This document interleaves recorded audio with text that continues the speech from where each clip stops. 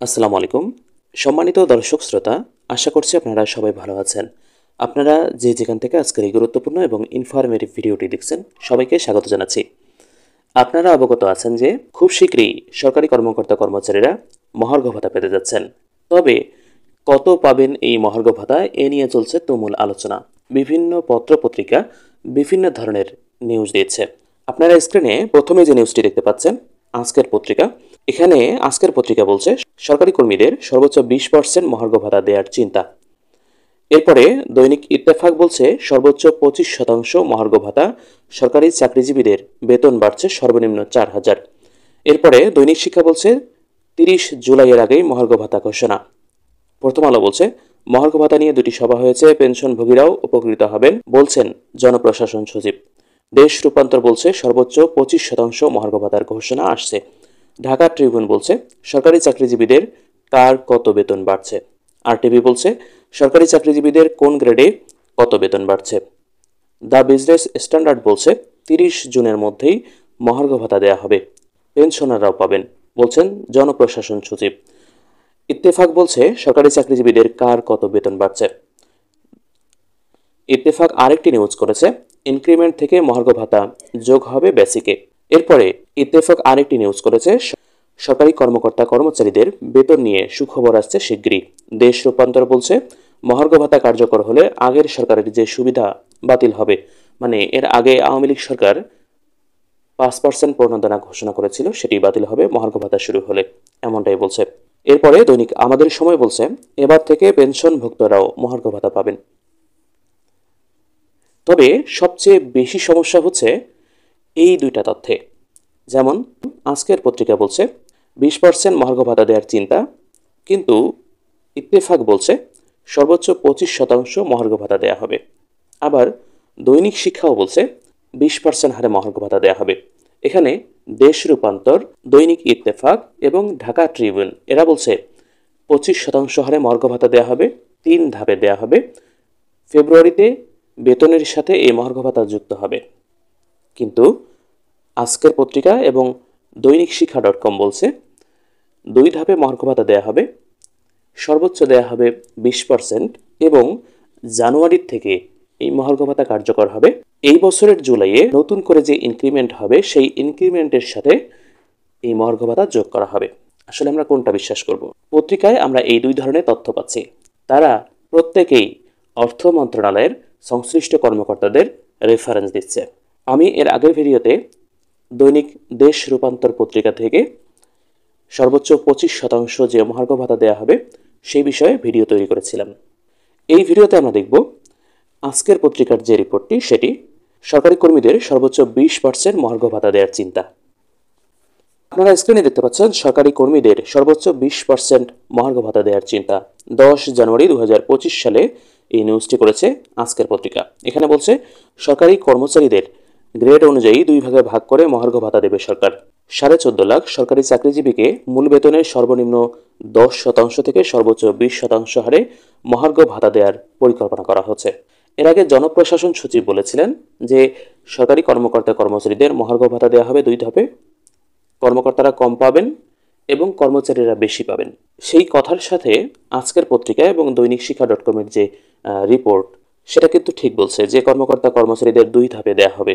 এখানে বলছে যে অর্থ মন্ত্রণালয়ের একজন কর্মকর্তা জানান মহার্ঘ ভাতা বাস্তবায়ন নিয়ে মন্ত্রণালয়ের কর্মকর্তারা গত বুধবার সভা করেছেন।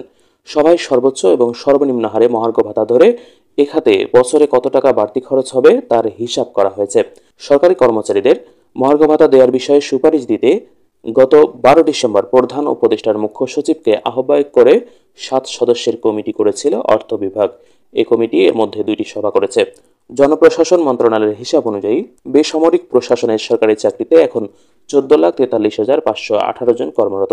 এর মধ্যে প্রথম থেকে 10ম গ্রেডে 3,40,744 এবং 11তম থেকে 20তম গ্রেডে 11,02,774 জন কর্মরত আছেন। সরকারি কর্মচারীদের মূল বেতনের ঠিক কত শতাংশ হারে মহার্ঘ ভাতা দেওয়া হবে তা এখনও চূড়ান্ত হয়নি। তবে কমিটি সূত্র জানায় 11 থেকে 20তম গ্রেডে কর্মচারীদের সর্বোচ্চ 20% মহার্ঘ ভাতা দেওয়ার পরিকল্পনা করা হচ্ছে।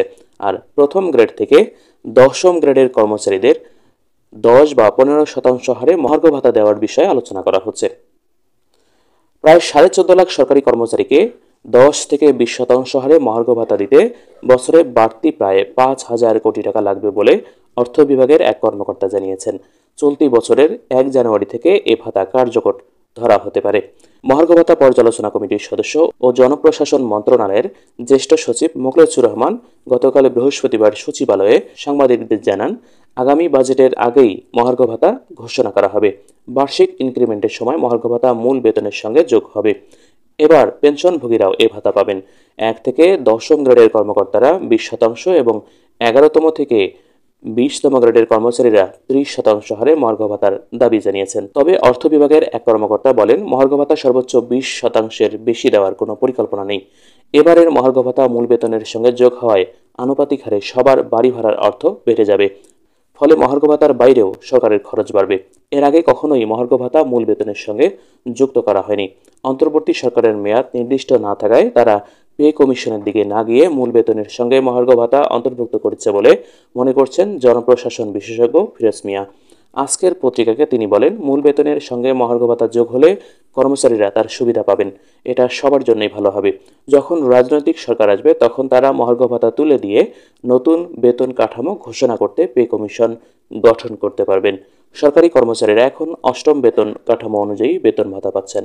2015 সালের 1 জুলাই এই বেতন কাঠামো কার্যকর হয়। তার আগে 2009 সালের 1 জুলাই 7ম বেতন কাঠামো ঘোষণা করা হয়েছিল। 8ম বেতন কাঠামো নিয়ে সুপারিশ দিতে 2013 সালে পে অ্যান্ড সার্ভিসেস কমিশন গঠনের আগে সরকারি কর্মচারীদের জন্য 20% হারে মহার্ঘ ভাতা ঘোষণা করেছিল সরকার। এই হারে মাসে সর্বনিম্ন 1,500 থেকে সর্বোচ্চ 6,000 পর্যন্ত মহার্ঘ ভাতা দেওয়া হয়। সরকার সাধারণত 5 বছর পর পর নতুন বেতন কাঠামো ঘোষণা করে, কিন্তু 8ম বেতন কাঠামো ঘোষণার 9 বছরের বেশি সময় পরও নতুন বেতন কাঠামো না দেয়ায় অনেকের বেতন গ্রেডের শেষ ধাপে ঠেকেছে। বিষয়টি পাশাপাশি মূল্যস্ফীতিকে আমলে নিয়ে 2023 সালের 1 জুলাই থেকে সরকারি কর্মচারীদের 5% হারে প্রণোদনা দেওয়া হচ্ছে। মহার্ঘ ভাতা ঘোষণার পর এ প্রণোদনা অব্যাহত থাকবে কিনা সে বিষয়ে এখনও সিদ্ধান্ত হয়নি। তবে এই প্রণোদনার বিষয়ে দেশ রূপান্তর এবং দৈনিক ইত্তেফাক বলছে এই প্রণোদনা থাকবে না, এটি বন্ধ হয়ে যাবে। সম্মানিত দর্শক, আপনাদের যদি দৈনিক ইত্তেফাক পত্রিকার এই রিপোর্টটি দেখাই, এখানে বলছে সর্বোচ্চ 25% মহার্ঘ ভাতা, সরকারি চাকরিজীবীদের বেতন বাড়ছে সর্বনিম্ন 4,000। এখানে আপনারা দেখতে পাচ্ছেন সর্বোচ্চ 25% মহার্ঘ ভাতার ঘোষণা আসছে। সর্বোচ্চ 7,800 এবং সর্বনিম্ন 4,000 টাকা বেতন বাড়বে। 1 থেকে 3য় গ্রেডে মহার্ঘ ভাতা হবে মূল বেতনের 10%। 4 থেকে 10 গ্রেডের চাকরিজীবীরা 20% এবং 11 থেকে 20 গ্রেডধারীরা 25%। এখানে 3টা ধাপের কথা স্পষ্টভাবে উল্লেখ করা আছে। এখানে ইত্তেফাক পত্রিকা বলছে, তবে মহার্ঘ ভাতা কার্যকর হওয়ার পর আগের সরকারের দেওয়া 5% বিশেষ প্রণোদনা সুবিধাটি আর বহাল থাকবে না বলে অর্থ মন্ত্রণালয়ের কর্মকর্তা জানিয়েছেন। তারা আরও জানিয়েছেন, পেনশনে থাকা কর্মকর্তা কর্মচারীরাও মহার্ঘ ভাতা পাবেন।